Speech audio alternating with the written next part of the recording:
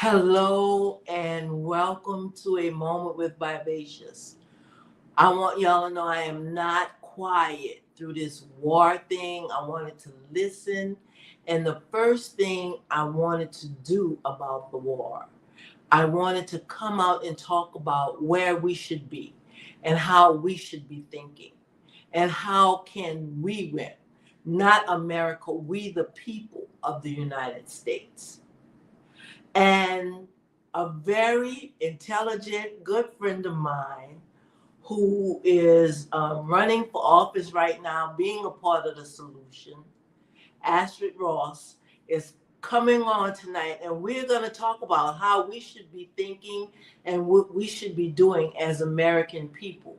So look, call all your friends. I sent out a big announcement for tonight because we need to hear this and we need to be a part of it. So while we're doing the intro, I want you guys to call somebody. And look, who's ever on right now, I need you to like and make comments, okay? See you in a moment.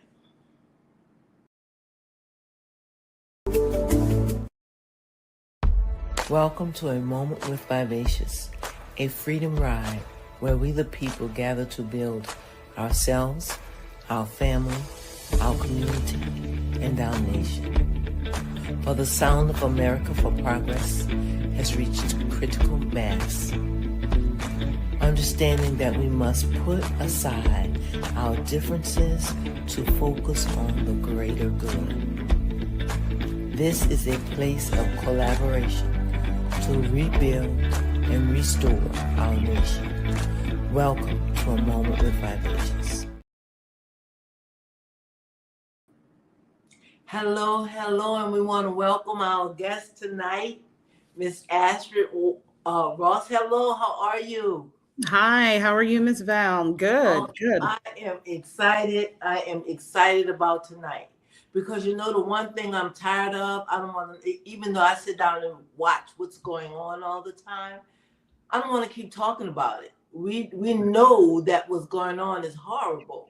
We know the state of politics today. And you just were an answer to my prayer when you called and said, I'm available. We got to do this. And you're right, we have to do this. So first of all, I would like you to introduce yourself to our guest. Talk about some things. Talk about where you're running, what you're running for, and why you're doing it. Just give us some seed for thought because we have to grow our minds real fast. No problem. Well, good evening, everyone. My name is Astrid Ross. I am first and foremost a mother. I have 5 adult children and 2 grandbabies, which my oldest grandbaby has a birthday here this week. So shout out to Eliana. Happy birthday, Eliana. I have an 11-year-old and a 3-year-old grandson.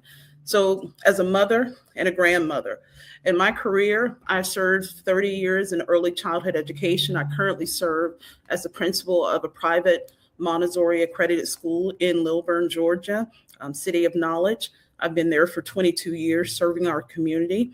I also am the executive director of the Mental Health Support Network. This labor of love for our was founded by myself and my children in 2020. I'm a suicide loss survivor. My dad was a Vietnam vet that took his own life when I was a baby. And typically, like in the Black community, we don't have the resources or even the knowledge of how to handle such trauma. So what we did is we buried the trauma. And I didn't address that until I first learned about it when I was in my 20s and really didn't do anything until we realized the direction that our children's career paths after graduating high school were going. And I sat my children down in 2020. At that point, we had my oldest daughter who got her doctorate in psychiatric nursing. I have 2 sons with bachelors in psychology. My youngest son is a fireman and paramedic, and my youngest daughter works at a hospital with children with autism, and she's working to become a speech pathologist. So we saw all these kids going into healthcare and behavioral health, and we sat down and wanted to be a part of the solution and not, always the victims of that trauma. So we started a nonprofit called the Mental Health Support Network, and our program Our actual is domestic nonprofit that serves for free through educational programming, advocacy. I also serve as NAMI Gwinnett's advocacy chair. So I'm the one that periodically goes down to the state capitol to talk to legislators about the state of behavioral health in our state, which is horrible. We are at the bottom of the list when it comes to accessibility to healthcare, to behavioral health. We rank 48 out of 50 states. And I always like to, show how did we get to 48? We were 50 before COVID, and Alabama and Texas did worse than us, and that bumped us up. We didn't do a whole lot to raise up on that ranking. So serving in these spaces, with our nonprofit, I also serve as peer support in the only urgent psychiatric clinic in the state of Georgia. It's called Urgent Psych.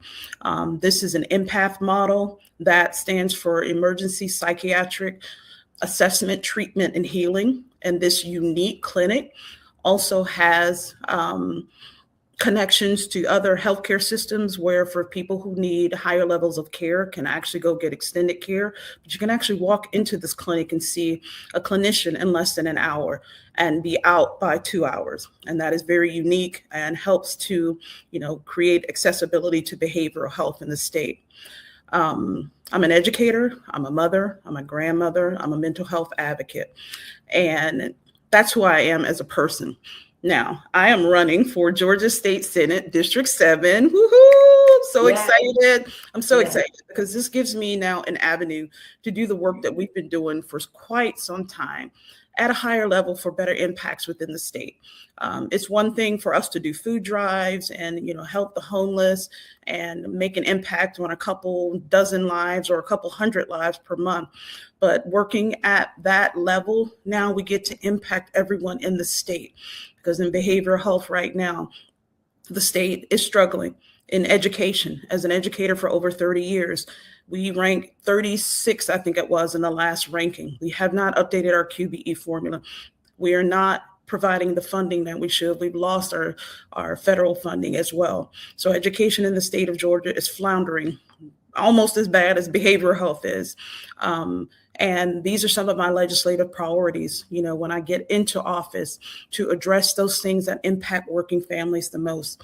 And that is healthcare accessibility, education, and the economy, stability in the economy in our district for working families, to make sure that we can have a day's work so that we can raise our kids, so that we can take care of our budgets and get the things that we need to have healthy families in this district. So I'm running for a number of reasons. A lot of people ask me, why am I running?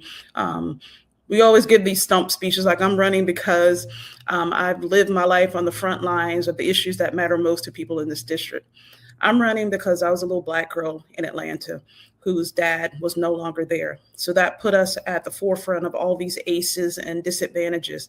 And education was the key to my family breaking generational curses.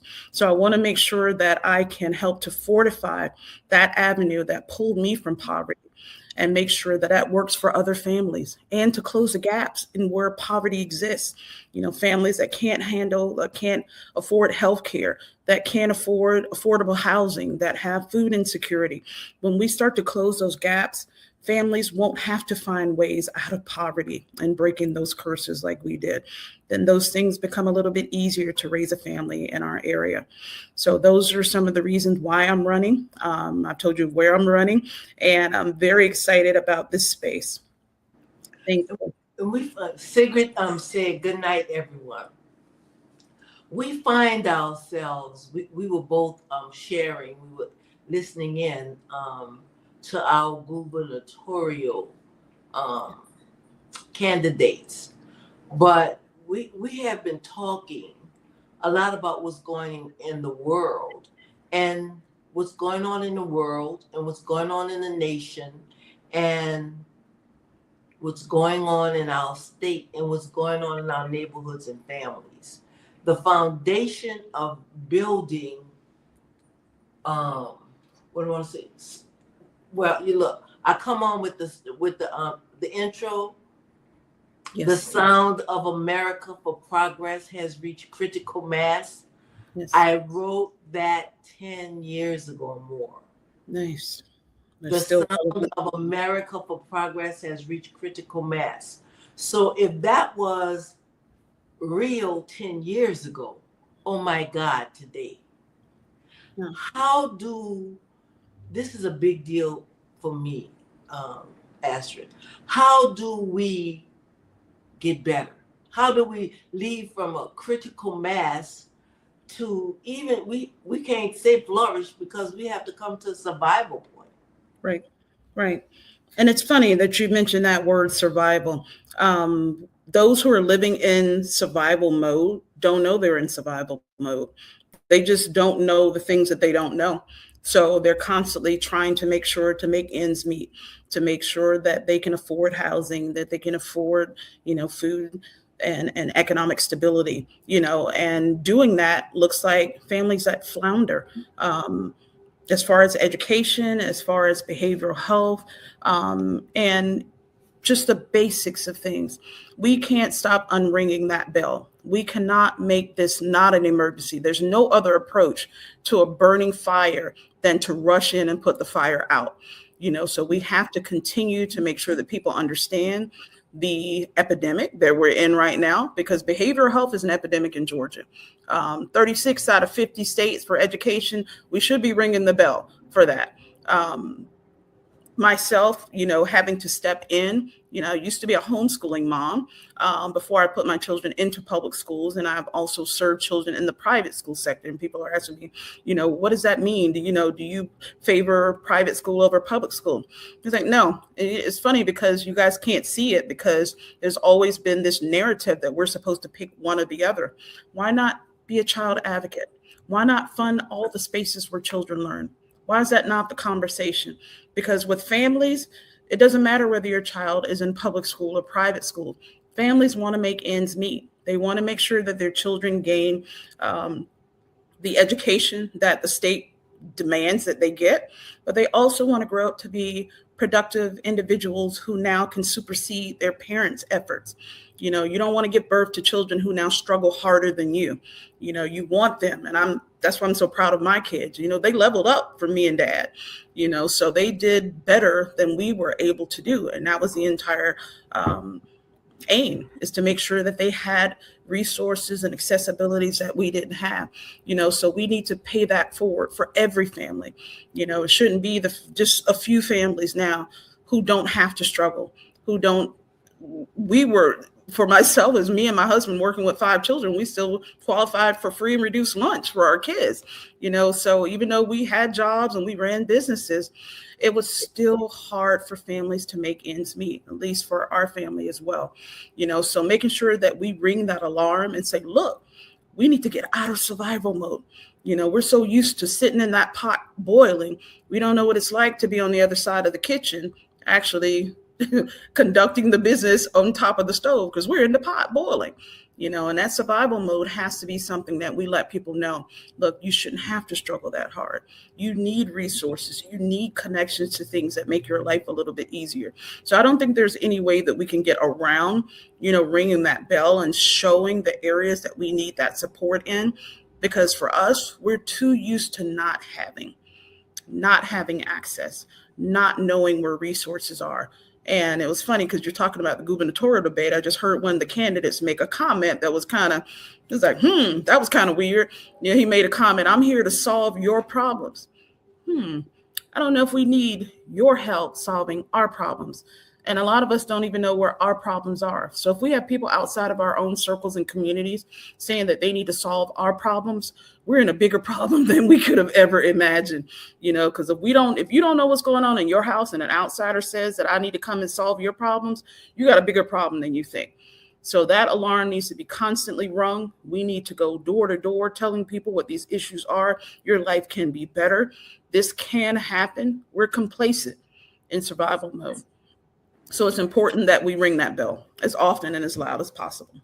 I think some of what happened was we were at a point, even let me say, even at the COVID time, we were at a point where we had begun to build ourselves and build a strong foundation for ourselves. And it was knocked down with COVID. And then we started building up again, and it was knocked down, and it was knocked down. Different things prohibit us from growing. And we ended up thinking what we had would bring us to one level, but it kept us from just falling out. Right. Right. So my thing was a couple of stimulus checks is not going to take us out of generations of poverty. So, the little bit that we did get from our own tax investments into the state was still not enough for a lot of families. Still you had families who had to move around because the housing affordability was is getting ridiculous even back then during the COVID years. Families who had to prioritize eating and having a place to stay, but not healthcare. Working in the clinic let us know that behavioral health is still something of a luxury and not a right for each individual. You have families that still don't have insurance, that have not met their deductible, that even if they don't have insurance, don't have the amount of money to pay for out-of-pocket expenses. So, living in survival mode means that you sacrifice a lot that some people have, as a luxury. So we need to make sure that we're saying that and we're saying it loud, and that people realize that there is something that you can get that will give you some relief. And if people are not fighting for that, then we're complacent with survival mode. And one thing I hope people would understand, the stimulus check had nothing to do but with you and what you needed. Right. That was to stimulate the economy of the nation. It didn't do anything for you. One thing they knew was they don't know finances. And I'm talking about us as a people. They don't know finances. They're going to run out and spend every dime. Right. And that's what they wanted it to look like. Something good was happening with the economy, but it wasn't. Well, the stimulus it took our money and threw it, and threw it at us, and because they knew we would throw it right back at them. I'm sorry. Right. And that's true. And really, what it did as well, because we had paused, employments closed, jobs closed, people were at a deficit. So the stimulus check was really anarchy control. We don't need people, in the streets doing whatever, because now they can't. This U.S. experiment now has failed. So that was just enough to control the masses. Because a lot of families, including ours, my husband's a barber, there were weeks where he didn't work. So a stimulus check was just enough. And thank God that a lot of these organizations and businesses paused the utility bills and were very, very lenient when it came to that, or we would not have survived that. So a stimulus check wasn't what it was narrated to be. It was something that could have been reproduced 10 times over and still not fill the gap of where we were from the beginning of COVID. So, we'll make the narrative exactly what it is. People like to spin narratives in ways that make them look good. But a stimulus check that was my money anyway. So. Right. And that's one thing. Bringing that up brings me to where we need to be with the understanding dollars, understanding finances, also with understanding mental health. We still have that, oh no, I don't want no mental health. No, no. But most of us, like I was talking to you the other day, sitting in the jail on any given day, at least 1/3 of the people that's coming to jail have to be redirected to mental health. And this is not just counseling, where if you had an issue and you got counseling, it could help redirect your life. This is where you may need some medicine. You just can't cope with the simple things of life. Right. And so if we could get rid of the stigma and reach out for help. Can you talk about that some, please? Oh, yeah, I do more than talk about it. I wrote a book about it. I have a book on Amazon called Crazy. And that book deals just with that. It deals with the stigma of mental health, why a lot of families of disenfranchised communities, those who struggle the most, I was told to pick a struggle. I'm Black, I'm a woman, who wanted me to be the suicide girl? Pick a struggle, go get educated and rise up above it. But guess what? Trauma follows us. So being able to have the conversations is one of the reasons why we started our mental health nonprofit. And this is one of the things that I put even in my mission statement. We are going and we're looking to popularize, normalize, and glamorize. And I take that as, and I'm going to trademark before people steal it, P&G. Popularize, normalize, and glamorize mental health and wellness for everyone. And that's important to understand. We use this term mental health, which in the clinical sense is behavioral health, but we never attach, because behavioral health can be horrible. We see that every day in the clinic. We see that in the hospitals. Our behavioral health, and with most of us following COVID and dealing with trauma and all the things that have come behind us, most of us are still struggling in our behavioral health. But we never think about the wellness aspect. What does it mean to have good behavioral health? What does it mean to have safe spaces to have conversations about behavioral health? What does it mean to remove that stigma? Because every community has a stigma. Now, I'll say that because I think I'm an expert when it comes to cultures. For the past, I'm a Black girl from Atlanta, but I have been serving different communities for the close to 30 years.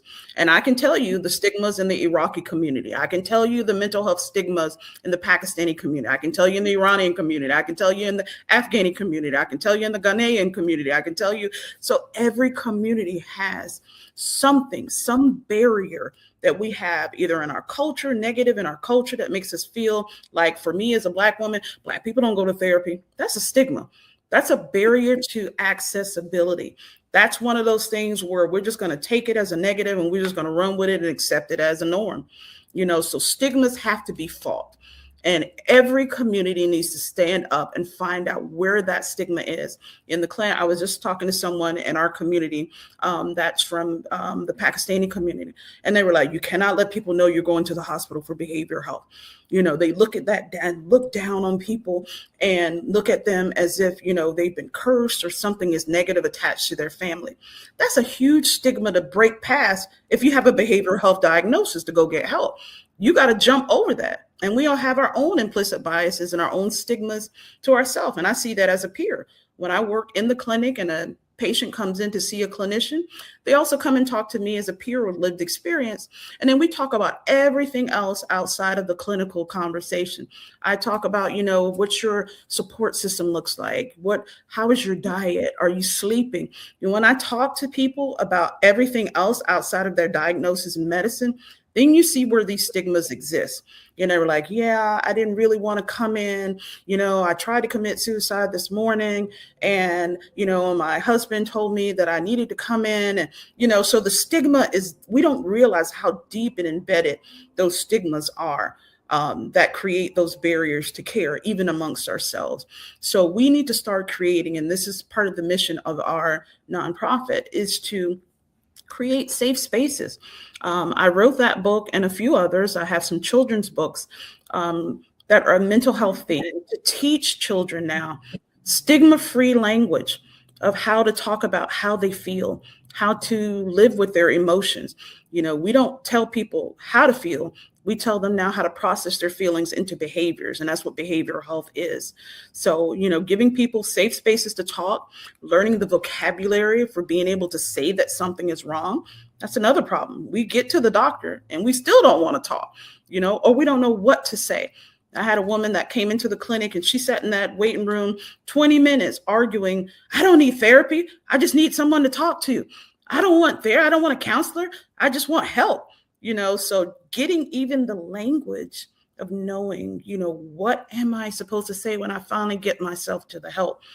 Bringing a horse to water is one thing, but if the horse don't know how to drink, it could die right there on the side of the pond, die of thirst. So it's a lot that we need to do in our own communities. We don't need anybody showing up for us. We need to learn these tools so that we can do it ourselves. And it starts with the individual into their families and broadens outward. And talking it through can make such a difference. I had a lady today that came in and she said, Oh, they just brought me in here. Look, that old officer, she was all upset just because I was acting belligerent in the office, blah, blah, blah, blah. But my son, blah, blah, blah, blah. I said, but look, you can't go to schools acting like that anymore. So much is happening in schools. And unfortunately, and for us, and I relate to it as a black woman. So I said us as black women. I don't have the experience you have. Our I'm still a emotions, black woman in all these spaces. but you I'm may still that black know woman. other people who deal with this. Right. I said sometimes we're going through so much. Our emotions are the last part of us that we discipline Yes. because it's such a release of everything else we grow, but we must learn how to discipline our emotions. Yes. And she and I had a little talk because I had a moment. It was at the end of my day. And I think that helped her to understand. This lady had a master's degree. I see PhDs come through and they're in Yeah. crisis. You see doctors, dentists, psychiatrists who have psychiatrists. So, if you have a brain, you're not exempt from needing mental health and wellness. It doesn't matter about your Sometimes race, your you just have ethnicity, to look or at your yourself. I'm sorry. Sometimes you just have to. Counseling is good to help you look at yourself to see where I can do this better. Because most people, they're going to blame the whole world about everything and not look to see um, what they could do better. right. Another thing I want to talk about before I get back to the main thing I wanted to talk about is how children are fighting their parents and sending them to jail. Where have we lost that? What in the world? I see that more and more and more. Children will fight their parents, and then the parents have to come to jail. Now what? Well, that goes back to, that's a big issue because I'm 55, I'll be 56 this year. There are things that we didn't do with adults back in the day, so to speak. So even, with us raising our kids, we had different methodologies, how we're going to raise our kids. I'm from the old school black community where we didn't test our elders. I wouldn't, out of love and respect and fear for my grandparents, for my mother, for my aunties, I wouldn't step over that line. I've never raised my voice at my elders before, just out of fear and love, and nowadays, it's a little bit different. Even for the kids that, I have raised, they have more of a voice than I ever had. So that has to always be tempered with, yes, you want to now give your kids a voice and give them collaboration, but a parent is a parent. As an educator for the past 30 years, kids don't have the brain capacity to make certain decisions, and parents need to make sure we can give birth to our friends, and like I said, I ain't your little friend, but I need to be strong enough to make the decisions and say the things that are necessary to keep you safe, to help raise you to a functioning and productive adult. And again, that just shows that what we're looking at right now, because we're coming from broken families. And these broken families are now using their trauma, using their lack of parenting skills now to raise a whole generation of children now who have more disciplinary records than I've ever seen in schools ever before.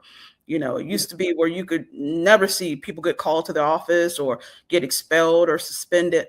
That is a norm now. These kids are acting out, in the schools. They are telling their parents what they will and will not do.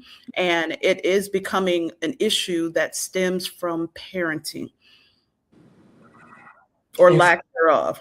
and I can see it because when people will come into when I did mental health crisis and when I do corrections, these grown people, sometimes I just sit back and say, Lord, what is wrong with our people? Well, Not that our I'm people the are only victims. We're ones, but victims.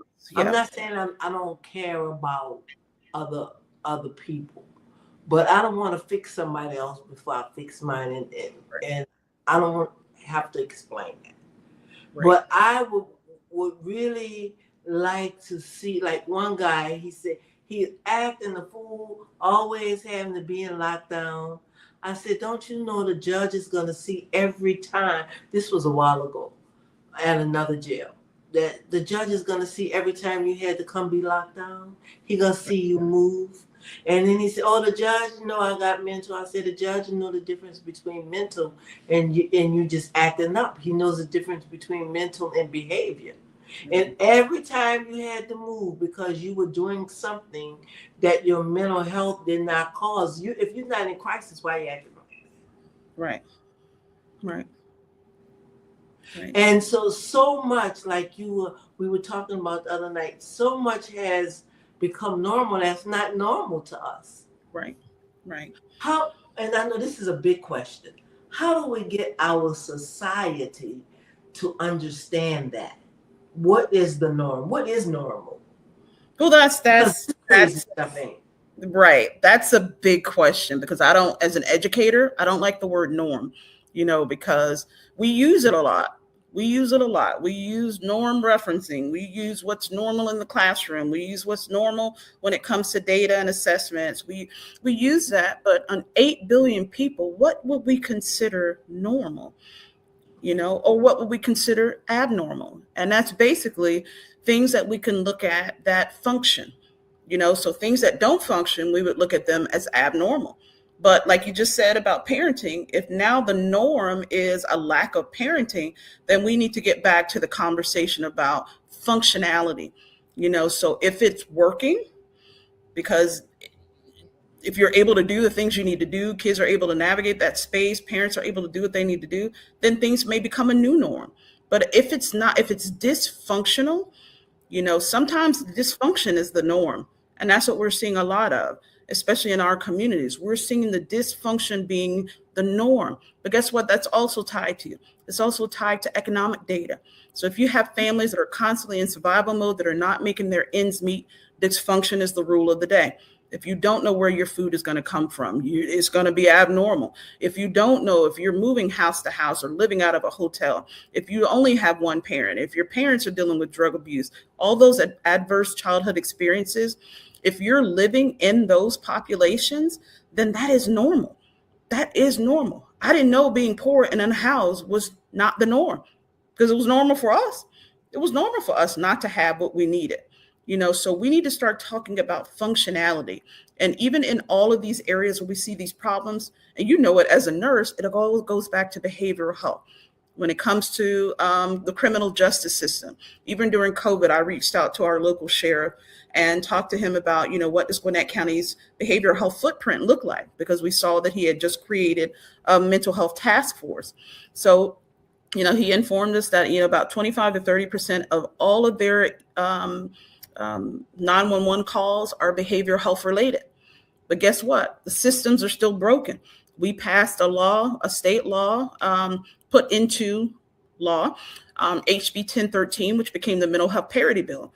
Part of that bill spoke towards if someone was in a behavioral health crisis and they were committing a misdemeanor and were arrested, that they would be redirected to a medical response and not a criminal response, depending on the type of activity that was going on. So we need to identify where those gaps are, where those things that are not working, and come up with solutions. But we got to talk about what's working and what's not working, because dysfunction can be the norm. And we can just all get to the point, because 2020 was abnormal and we all lived through the abnormal, So now looking through that as trauma informed people, we have to look now, what we used to say, getting back to normal, getting back to what we had before. But sometimes we can't, so it creates a new norm. And I have to say, in outer communities, there was I worked in Noonan County when I was working in the crisis unit, where police would bring people in crisis to that unit and not bring them to jail. Right. In some jails that were not so close or not in that county would still redirect their patients, but they were jails that were out. It wasn't like it was Atlanta or Decatur. So I did see it happening And I was happy to see it happening because then you're not being criminalized because of your mental health condition. Exactly. Exactly. Exactly. And I've had a personal experience. My brother um, just passed away August 5th of 2025. Um, Living in a family where we struggle, like a lot of Black families did struggle. My brother was involved in a car accident about 10 years ago and got addicted to opioids, as the opioid crisis has taken a lot of Americans. And in that, he spent the last few years of his life unhoused and in and out of criminal justice because he was unhoused and dealing with substance abuse. So he was never able to get the support that he needed. And just about every one of his crises was met with a criminal response. You know, we call Georgia Crisis Line, we call 988 to get help. But again, if you're living as second class citizens, you know, below that poverty line, you know, access to care is always so far outside of our reach. And I remember the last crisis that we dealt with him was actually on my mom's birthday. This was kind of the last crisis before we found out he had glioblastoma, brain cancer. And he was in crisis that day, and it took us about 40 hours to get him into somewhere to get support. He was turned away from so many different health systems. We had crisis come out. They're like, you're going to have to take him to the ER on your own. We went to DeKalb Medical. We went to Emory. We went to all these places until we got to Grady. And then he got the 1013 script right. Because if you don't say the words correctly in the state, even though you do have a pathway to involuntary hold for medical responses of crisis, if you don't say the script right, you're not getting in. Right, exactly. We're still turning people away, and it took us 40 hours to get him into support while he was in that medical crisis. You know, so you can try, you know, but if these systems are not, if there's not a spotlight put on them, and we don't know how they work, and they're just broken, and we're just hitting that brick wall every single time, we're not going to make a dent in this behavioral health crisis that we're in the state of Georgia. Okay, so I want to come down to what I think people really need help in understanding, and that is I met you, educator, mental health, family, and now politics. Yeah. And I think if we talk about that connection, people would understand why politics and local politics Right. is really the foundation of us getting over some of the boundaries that is set for us in life. Can we talk about that? How did we come to that day, and how it all works out for us, and why we need to be involved? Right. It's funny because until I was recruited in 2024 in December by Emerge Georgia, which is a program that was created by Vice President Kamala Harris to recruit minority women to run for office. That January, I started that program. Unfortunately, that January, my brother was diagnosed with glioblastoma, and it was a hard program for me to get through because I went through in January through May, and my brother passed in August. So, you know, going through that program, I was learning about these systems that we were existing in, these broken systems. Having a brother who had insurance, but wasn't enough to handle brain cancer. Having to put him in the Grady Health System, going back and forth downtown from Gwinnett County, you know, having to now exhaust all of the health insurance and now look for, you know, indigent care to deal with chemo and radiation therapy, having to look for hospice, all of those things. Politics is everywhere. And I didn't realize it until, you know, getting into that space and learning now how to look at these broken systems through a legislative eye, and that all of these things are controlled from the top down. You know, we're just used to being in these systems and used to dealing with the fact that they're ineffective, broken, or don't exist, you know, as accessibility for us as well. So what I found out is politics is everywhere, from how you have children to how you pay for your health care, from the time you get up in the morning to the time you drive down the street, how your house is built is zoning as politics, how the streets are run and street, everything is politics. So once I graduated from that program, it was like, it felt like Neo in the Matrix. It was like, oh my God, I see the codes. I can actually see that everything is politics. There's politics in the school. Everything we do in the school environment is dictated mostly by legislation. Raising children, your children don't belong to you. If you make a misstep as a parent, the state of Georgia can come in and swoop and take your kids. You need to know that. Parenting is politics. So we need to have these conversations where we're not used to seeing now that this administration just pulled the curtain back on Oz and we just saw the man behind the curtain. Everybody needs to be aware of what does politics look like, because everything we do every day is dictated from the top down. So nothing in my motherhood, business, education, or mental health is free from the control and dictation of legislation and politics. And why should we be involved in it? More of us than not say, "Oh, I don't have nothing to do with politics." Mm-hmm. Which I check people who say that. You mean to say, and this is what I tell my middle schoolers, be the boss of you.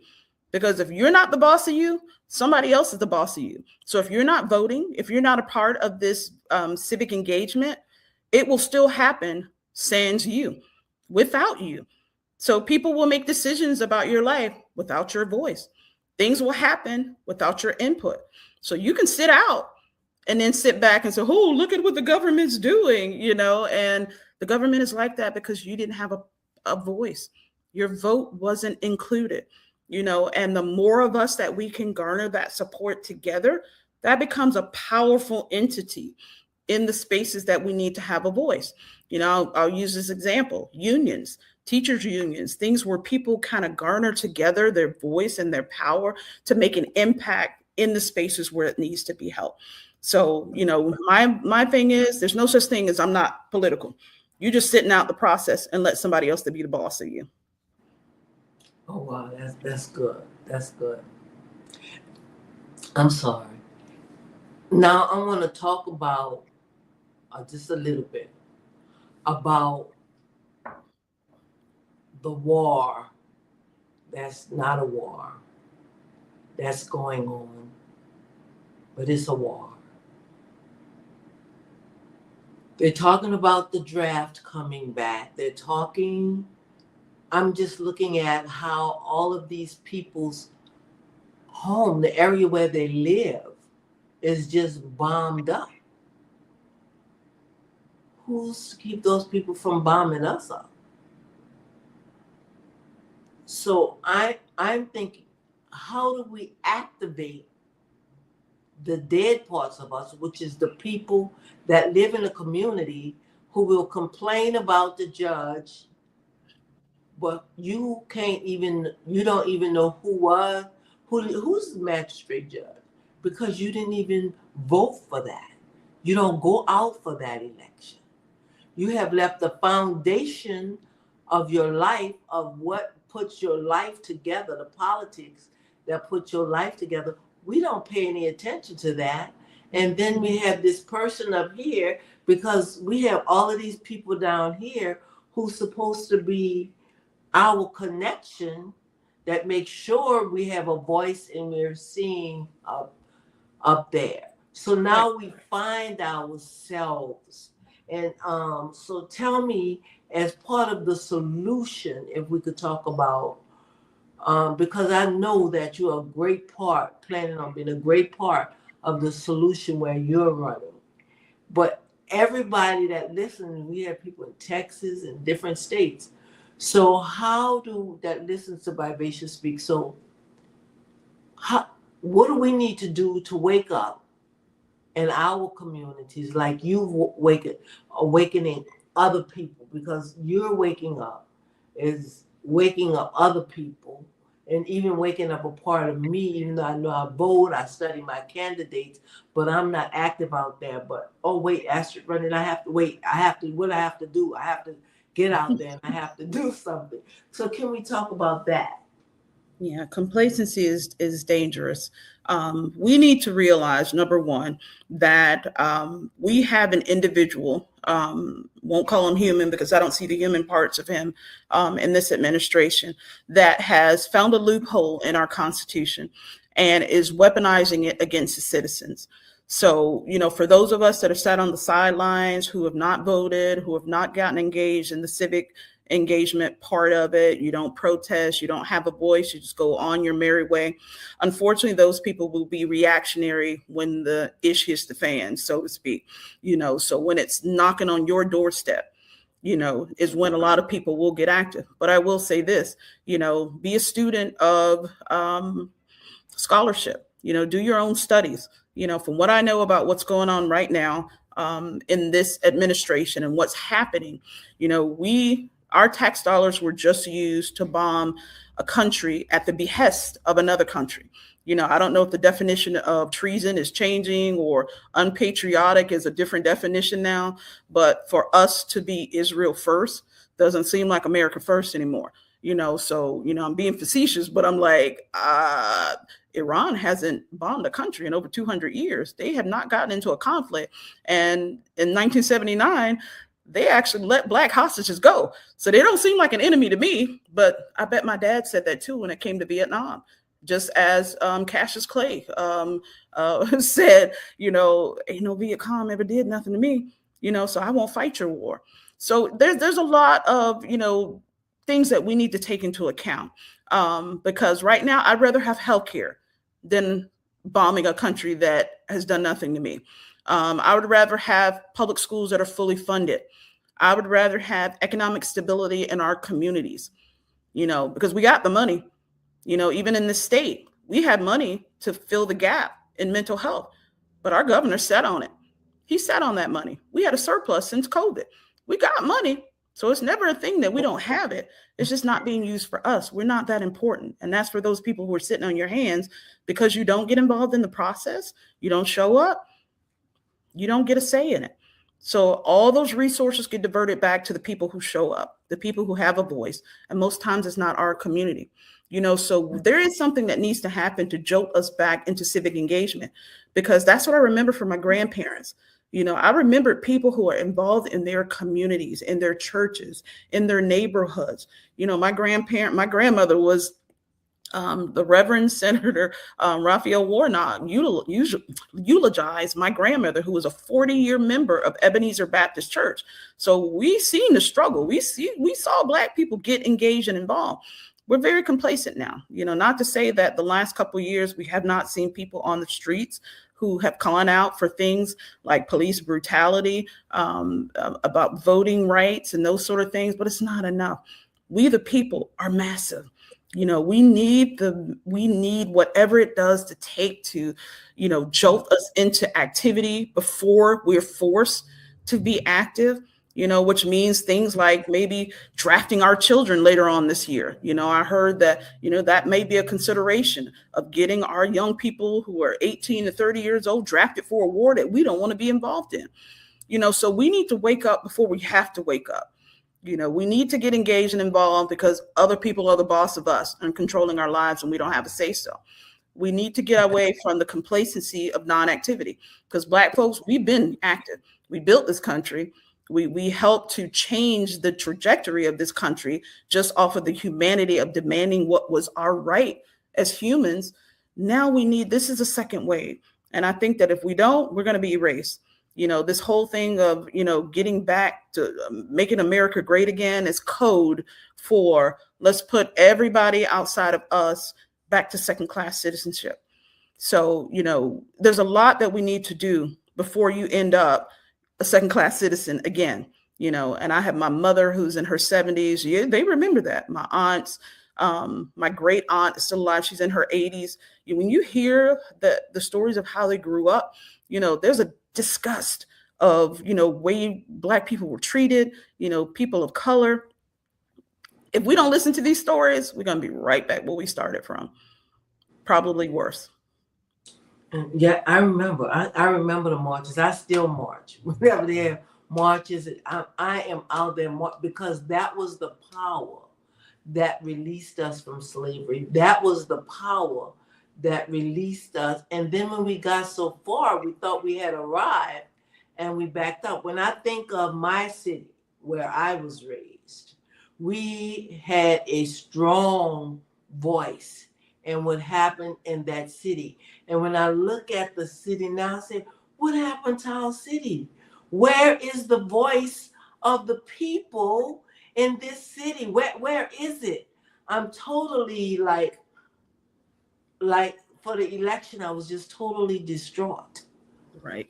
that the city was sat here without a voice. And how did we give it back to the people who we had to fight to get it away from and bring it back to our own hands? Now, where's our city? Mm-hmm. Yeah, it's funny because the city virtually or theoretically exists in Black Panther. There was something revolutionary about that movie, about Mm-hmm. Afrofuturism, about showing us at the narrative of power and strength, about us having our own nation with resources that were unlimited and untouched. Even though that was a fictional movie, that's something that woke Black people up because we showed up in character too to go see that movie, and we Yeah, saw it multiple times because it sparked something in us that we didn't know was there. There were ideas of what we could be, the strength, the beauty, the humanity, because Wakanda didn't bother nobody. They didn't bother nobody unless somebody came for them. So we need to get back to that idea of what could we be at our greatest. And it's not just isolated for Black people. Everybody has the right. Black, right, brown, right. everybody has that right. But I'm gonna be honest. If everyone had listened to Black people from the beginning, we wouldn't be in this predicament because we've been ringing the bell for a couple of 100 years now, and people are Mhm. just now saying, "Oh my God, look what's happening!" Yeah, we've been saying it for a long time. So when it comes to freedom, none of us are free until all of us are free, and until America do right by Black folks, they ain't gonna do right. They're And you not. know what? When we demand, Hmm. I asked a young guy, because I always want to talk to people on the other side of my desk at work. I say, how did it become so easy for us to call each other out of our names and our men to call us bees and for us to curse our parents out and fight? When did it? He said, I don't know. I guess it came from slavery. I said, that's a lie. I said, that's a lie. That did not come from slavery. In my day, we wouldn't think of answering or fighting, or raise our hands or our voice. My daddy hit me one time because he said, I can see what you're thinking. Our neighborhoods, what we owned our neighborhoods because all of the businesses were owned by Black people Right. in our community, and our money took care of each other. Hmm. Hmm. We had to walk down to George to get to the Black store because we didn't go to Dolisa around the corner. We Yep. passed Dolisa up. So, we have to begin to love one another. That didn't come from slavery. That Because came from the pathology of trauma and evil. If you study the pathology of slavery, you'll see where we still pull these elements of not loving ourselves, not seeing our skin as beautiful, not seeing us as intelligent, not seeing us as deserving of leadership and power. If we can't see it in ourselves, others are not going to be able to see it. So when we try to figure out where it came from, we know where it came from. The question is, like I said, for mental health, where's the wellness? We're missing that wellness. What does it mean to live well? What does it mean to have good behavioral health? What does it mean now to have strong families? What does it mean now to have the strength that we didn't see? And I'm hoping that we get back to that part and we activate the part of us that needs to wake up and get active before we have to wake up and get active. what So we're I remember, often when I'm going home, I go through a coming back. My trip home to Louisiana, I stop in Africa Town. Mm. Africa Town, and then I guess if I look at it like this, Africa Town. You remember when the last ship that came in with slaves? It was illegal, so they dumped these people off the boat, Yep. and they still tried to enslave them. The people said, "Send us back." They saved up their money and said, "Send us back," and they said, "No, we're not sending you back." So they built a whole town, and it's still Mhm. original African people, some of the lineage of the Mm. people that's there. You can go and meet their family members. Mm. And they built a whole town. Like the Lower Ninth Ward was educated people, people who raised families, owned their own homes. And this was in the 1960s, 70s. Mm. Later it became, as we grew up and moved up and moved the money out and allowed other people to come in and take over the businesses. Then we didn't then we lost the power of our neighborhood. Right. So Right. we had our own St. David, we had our own credit union. All the children we had, they taught us how to have our savings account at the credit union. I remember when I started working in high school, my aunt took me down to open a bank account at Hibernia Bank. And we have to come back to these things. Yes. Yes. We have to come back to these things, taking care of ourselves. Yep. Going back to healthcare, financial literacy, ethnic pride. People Yeah. are still in this thing of, why y'all still fighting? Because y'all there, y'all made it. Hmm. When I look back at families and I make a comparison, we're still dealing with the generational curses. We Yes. still lead when it comes to lack of accessibility to healthcare. We're still at the bottom of the barrel when it comes to economic development. Black and brown people are still struggling. So it may seem that we made a leg up, but there's no equity and equality for all of us. And I don't want just a little bit of bread and circuses to keep me quiet for a couple of generations. I want what I came here for. And that is what I see everybody else having access to be able to raise a family without struggling, being able to have those things that are currently a luxury be a right for us, and to be Mhm. able to speak towards what others need so that we can take care of each other. So that's imperative. I'm so glad that you're here tonight. Can you leave us with something that will help us build strong and hear where we should hear and move and do in politics? Could you help us, please? Absolutely. And I'm going to use this dirty 4-letter word, woke. Y'all need to wake up. Y'all need to wake up. They use this as a dirty word. Woke is not a dirty word. Wake up to who's running your government. Wake up to who's the boss of you. Wake up, since you're not using your vote and your voice, to who is controlling your life without your say so. So, woke is the 4-letter word from the principal, the early childhood educator, WOKE. Wake up. May 19th is a primary in Gwinnett County for our Senate district race. There are plenty of other races that will also primary on that day. So, in the next 69 days, as of today, we got about 69 days until the primary. We need you to wake up. We need you to get on some of these websites and figure out who's running, who's going to be representing in these spaces, and vote them in, because these are your fighters. I just got into the ring and I became a fighter. I have a wonderful coach, but I'm a fighter. I'm in the ring and I'm ready to fight for those people because people fought for me. In order for me to get to the space where I am, we had to claw and fight and educate and hold it down and, do the most so that we can get here. And now I'm ready to do that. I've raised my kids. I've got grandkids. I got tons of energy left, and now I'm ready to fight for you. So I need you guys to wake up, put us where we need to be, because whether you want to fight or not, I'm going to do the fighting for you. Thank you so much. And one more thing I need you to do is, could you say the name of your books that people, especially the ones for children, that people can find on Amazon? Yes, you can actually search my name, put my name into the search bar, Astrid, Astrid, last name Ross, Ross. I currently have 5 books on Amazon.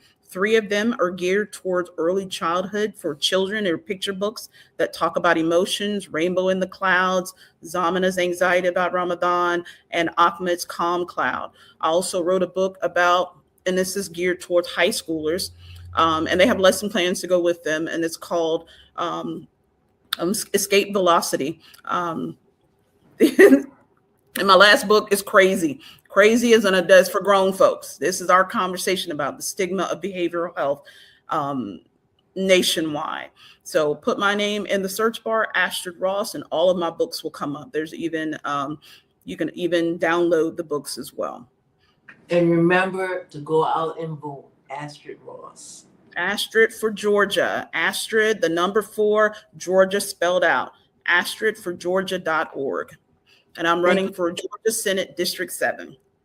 And read all about her and look for some of those qualities in the people that's running in your district, in your city, in your state. Know your judge, know your sheriff, because that's who our children are going to be running into, and that's who we run into. Mm-hmm. Absolutely. Thank you so much. Thank you so much. Thank you.